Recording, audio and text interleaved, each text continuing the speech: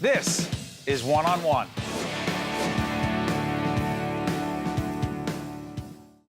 Brought to you by New Jersey Resources.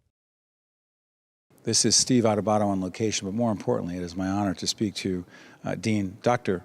Dean Bonita Stanton, who is the founding dean of Seton Hall Hackensack Meridian School of Medicine. Dean, we are here on the site that in July of 2018, this School of Medicine will open. How exciting. It is tremendously exciting. We still have our work to do ahead of us to turn that into a reality, but it is unbelievably exciting, and it has been a pure joy so far. You've been in medicine and research for a few years, and talk to us about what it is about this place that drew you here, but also more importantly, what you see for the people of this state and this region moving forward. My career has been in large measure focused on health inequity. And in the United States, we have the largest inequity in health outcomes of any of the industrialized nations.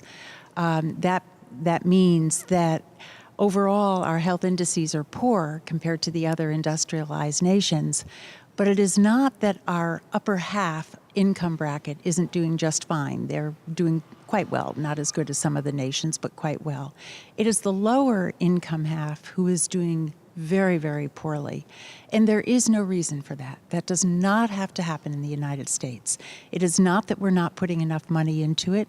Indeed, we are putting far more money into our health care system in the United States than the other industrialized nations. I'm not talking about all nations. So clearly, we're not spending our dollars right. And we haven't had a kind of focus on what is going wrong. Where are the problems with not just our health delivery system, there has been some look at that, but also our health education system. And so that is what it is so meaningful to me, as someone whose whole career has been looking at inequities, to have this chance to create a medical school who will, along with a couple of our sister medical schools, begin the process of delivering the kind of health care the U.S. deserves so that we have good health outcomes. So, Dean, let me follow up on that. Describe one academic research activity that you see taking place here that could help bridge that gap, make some progress, and change the kind of situation that is totally unacceptable by any reasonable standard in this great country. Sure. Loaded question, I know. No, this is a great question, and it's the kind of question I wish more people were asking themselves. So you might ask, well, what's causing these differences in health outcomes? And interestingly, if you look at infants, I'm a pediatrician. Yes. If you look at infants, in their first month of life, there is no real difference in the rates of mortality in the first month between high-income and low-income infants in the United States. It is when they leave the hospital that you begin to see huge divergence. So if you're born very premature with some congenital anomaly, you're probably going to end up in a hospital and you're going to get pretty good care. It's once you go out into the community that things begin to fall apart.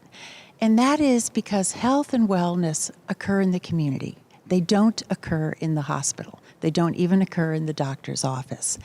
And we have not been training our physicians. We have not been training the other persons that we work with. The allied professionals in the medical field. Professionals, exactly. To think about health and to think about illness as it is outside of your office, outside of your hospital. And that's what we need to focus our medical students' attention on. And so we will begin in the week one with focusing them at all times on, okay, what's going out in the community? And getting them to think constantly, regardless of what aspect of medicine they're going into. I'm not talking about we need more primary care. I'm saying every single doctor must be thinking about when he leaves my operating room, when she leaves my radiation therapy session, what reality does she face at home, and what do we need to do to mitigate the adverse aspects and to maximize the positive aspects of community? Dean, that's incredible empathy. That's really thinking about the other, in this case, the patient's experience outside of my treating that patient. That's extraordinary. Well, thank you. But that's what every physician should be able to be doing. Because that's part of the real joy of being a physician. That's part of the humility, the excitement, the idea that we can go all the way through to the core, not just of a family, but of a person, and understand what shoes they're walking in, and make sure that we've improved that footage, that wearing, so that their life can have the same quality that we would want for ourselves. Let me follow up on that. Teaching that empathy. I talked to Dr. Jeff Boskamp about this a little bit, but you've lived this as well. The ability to teach empathy, emotional intelligence, as Dr. Daniel Goleman coined that expression a few years back. Is it that you're bringing in students who you believe are more inclined to have some of it, or is it teaching it, or is it all of the above? It's all of the above. In the health professions, we are fortunate in that we seem to attract people innately that are more inclined to be empathetic. But what can happen in the health professions? I mean, remember, these are still growing, maturing people. They're in their young 20s. Their brains haven't solidified yet. Is that we can increase their capacity for empathy, or we can shut it off. And we need to be conscious of that, the way we teach in a medical school. And I don't mean just the experience of doctors teaching doctors. I mean, having our students watch us as we relate to our peers, as we relate to other health professionals, as we relate to everyone in our staff.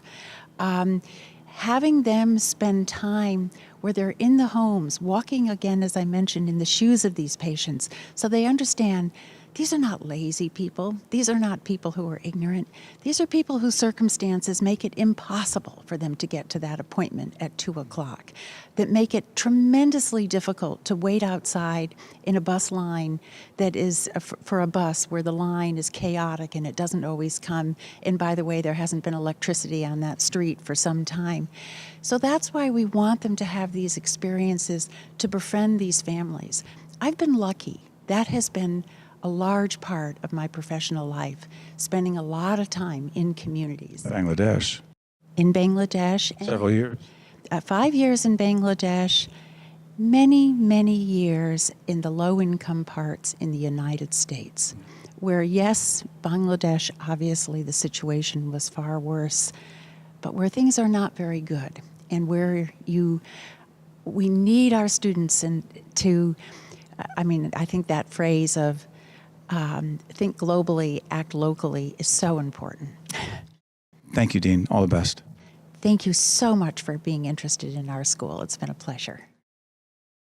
Brought to you by New Jersey Resources. Choose New Jersey. Our mission is attracting companies to the Garden State. The Northward Center. And by Horizon Blue Cross Blue Shield of New Jersey.